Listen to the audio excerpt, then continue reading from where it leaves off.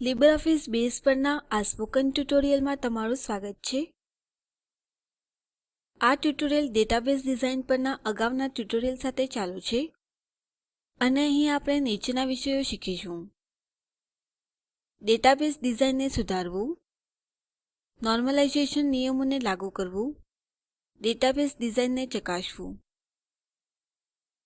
છેલ્લા ટ્યુટોરિયલમાં આપણે શીખ્યું કે કેવી રીતે કોષ્ટક રિલેશનશીપને સ્થાપિત કરવા માટે પ્રાઇમરી કીઓ અને ફોરેન કીઓને સંસ્થાપિત કરવી.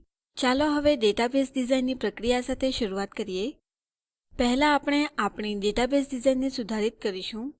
હવે જો કે આપણી પાસે એક પ્રારંભિક ડિઝાઇન છે, આપણે નમૂના માહિતી સહિત કોષ્ટકોને બનાવી શકીએ છીએ અને પ્રસ્તુત કરી શકીએ છીએ. આપણે નમૂના ક્વેરીઓ, ફોર્મો અને રિપોર્ટો બનાવી શકીએ છીએ અને જોઈ શકીએ છીએ કે આપણા તમામ પ્રારંભિક પ્રશ્નોના જવાબો અપાયા છે. આપણે બિનજરૂરી નકલો માટે તપાસ કરી શકીએ છીએ અને ડિઝાઇન ફેરફાર કરીને તેમને રદ કરી શકીએ છીએ. આપણે ભૂલી ગયા હોય તે કોલમોને ઉમેરી શકીએ છીએ. ડેટાબેઝ ઇન્ટિગ્રિટીનો અમલ કરવા માટે આપણે લાઇબ્રેરી ડેટાબેઝમાં બિઝનેસ નિયમોનો સમાવેશ પણ કરી શકીએ છીએ. ઉદાહરણ તરીકે, બુક્સ કોષ્ટકમાં પ્રાઇસ કોલમ ન્યુમેરિક હોવી જોઈએ.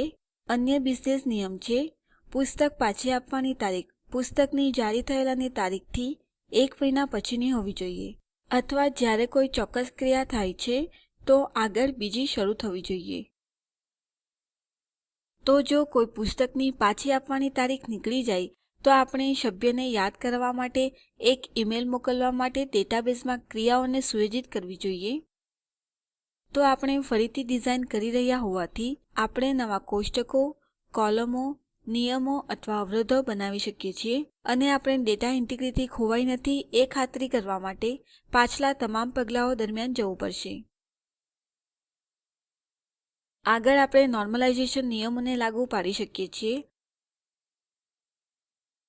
આનો ઉપયોગ એ જોવા માટે થાય છે કે આપણા કોષ્ટકો યોગ્ય રીતે સ્ટ્રક્ચર થયેલ છે કે નહીં, કોઈ પણ અપડેટ એનોમલીથી મુક્ત છે કે નહીં, જેવું કે આપણે અગાઉ જોયું હતું. ડેટાબેઝ ડિઝાઇનમાં નિયમો અને નોર્મલ ફોર્મ્સ લાગુ પાડવાની પ્રક્રિયાને નોર્મલાઇઝેશન કહેવાય છે. ચાલો આપણા ટ્યુટોરિયલમાં પહેલા 3 નોર્મલ ફોર્મ્સ જોઈએ. ચાલો પહેલા પ્રથમ નોર્મલ ફોર્મ જોઈએ. પ્રથમ નોર્મલ ફોર્મ અથવા 1NF દર્શાવે છે કે તમામ કોલમ વેલ્યુઓ નાની હોવી જોઈએ. ઉદાહરણ તરીકે, બુક્સ કોષ્ટકમાં પ્રાઇસ કોલમમાંની દરેક સેલ ફક્ત એક જ વેલ્યુ ધરાવતી હોવી જોઈએ.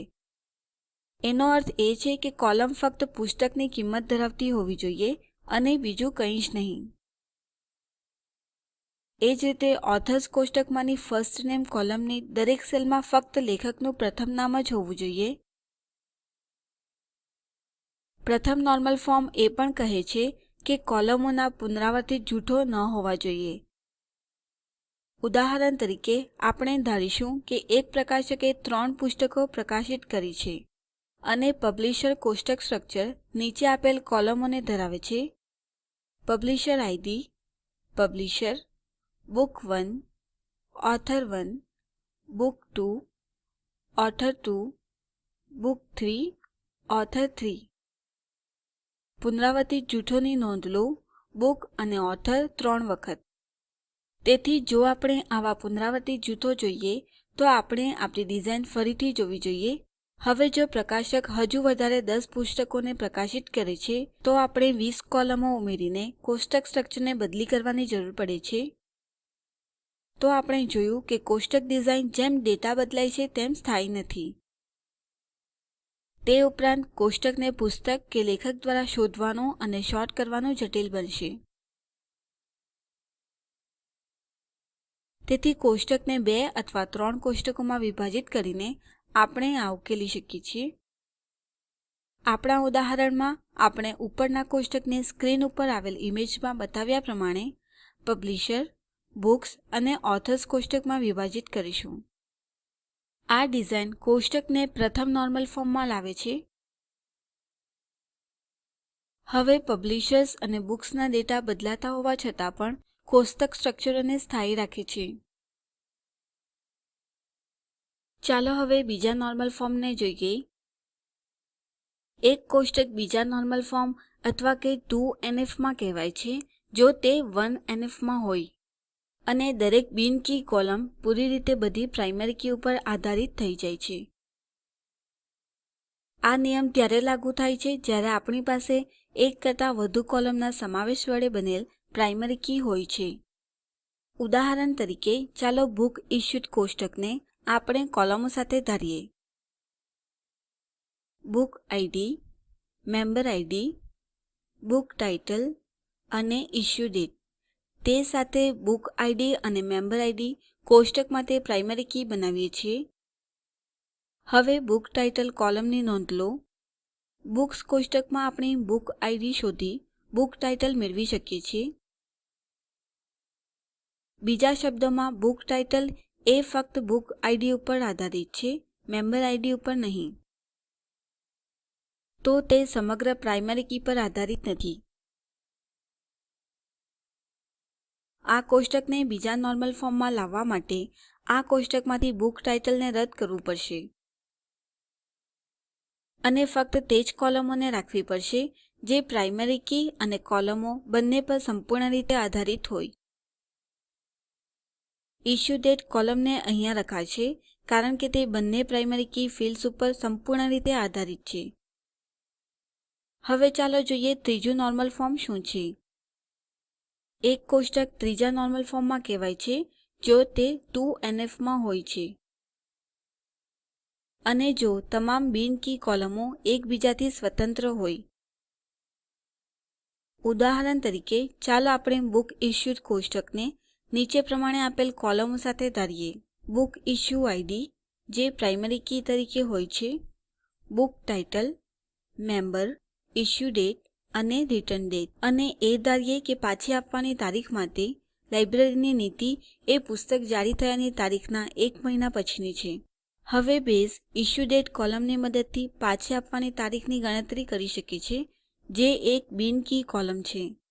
જેનો અર્થ એ છે કે રિટર્ન ડેટ ખરેખરમાં ફક્ત ઇશ્યુ ડેટ કોલમ પર આધારિત છે અને બીજી કોઈ કોલમ ઉપર નહીં. એ પણ છે કે જો આપણે રિટર્ન ડેટ ક્ષેત્રમાં એક જુદી તારીખ નાખીએ તો એથી આપણી લાઇબ્રેરીની નીતિનું ઉલ્લંઘન થશે.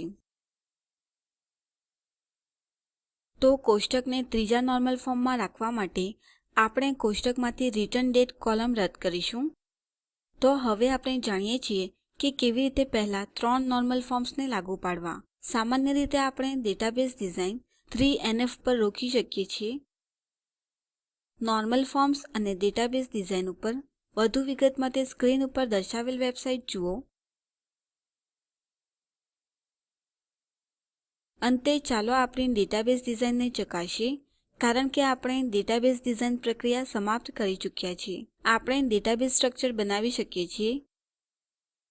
અહીં આપણે કોષ્ટકો, રિલેશનશીપ, નિયમો અથવા કે કન્સ્ટ્રેન્ટ, ફોર્મો, ક્વેરીઓ અને રિપોર્ટો બનાવીશું અને આપણે ડેટાબેઝને વાસ્તવિક ડેટા અને યુઝર સાથે ચકાસી શકશું.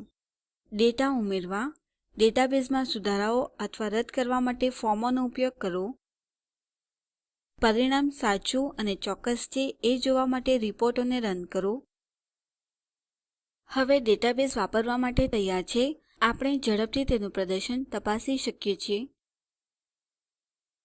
ડેટાની ઝડપી પુનઃપ્રાપ્તિ માટે આપણે કોષ્ટકોમાં ઇન્ડેક્સોને ઉમેરી શકીએ છીએ અને આપણી ડેટાબેઝ એપ્લિકેશનને સફળતાપૂર્વક ચાલતી રાખવા માટે આપણે યોગ્ય સમય અંતરે ડેટાબેઝની જાળવણી કરવી જોઈએ. હવે અહીં તમારા માટે એક અસાઇનમેન્ટ છે. લાઇબ્રેરી ડેટાબેઝ ડિઝાઇનમાં મીડિયા નામની એક નવી એન્ટિટી ઉમેરો. મીડિયા DVD અને CDઓના સમાવેશથી બનેલ છે અને તે ઓડિયો અથવા વિડિયો બંનેમાંથી કંઈ પણ એક હોઈ શકે છે. પુસ્તકોની જેમ DVD અને CDઓ પણ લાઇબ્રેરીના સભ્યોને આપી શકાય છે. ડેટાબેઝ ડિઝાઇન પ્રક્રિયાને અનુસરો અને તમારી ડિઝાઇનમાં પહેલા 3 નોર્મલ ફોર્મ્સ લાગુ કરો. લીબરઓફીસમાં ડેટાબેઝ ડિઝાઇનના ત્રીજા ભાગ પરનું આ ટ્યુટોરીયલ સમાપ્ત થાય છે. સારાંશમાં આપણે ડેટાબેઝ ડિઝાઇન પર નીચે આપેલ વિષયો શીખ્યા. ડેટાબેઝ ડિઝાઇનને સુધારવું, નોર્મલાઇઝેશન નિયમોને લાગુ કરવું, ડેટાબેઝ ડિઝાઇનનું પરીક્ષણ કરવું, spoken tutorial project A talk to a teacher પ્રોજેક્ટનો એક ભાગ છે જે આઇસીટી એમએચઆરડી ભારત સરકાર દ્વારા શિક્ષણ પર નેશનલ મિશન દ્વારા આધારભૂત છે. આ પ્રોજેક્ટ httpspoken tutorialorg દ્વારા સંકલન થાય છે. આ વિશે વધુ માહિતી નીચે આપેલ લીંક ઉપર ઉપલબ્ધ છે. આઈઆઈટી બોમ્બે તરફથી ભાષાંતર કરનાર છે ભરતભાઈ સોલંકી અને રેકોર્ડિંગ કરનાર હું કૃપાલી પરમાર વિદાય લઉં છું. જોડાવા બદલ આભાર.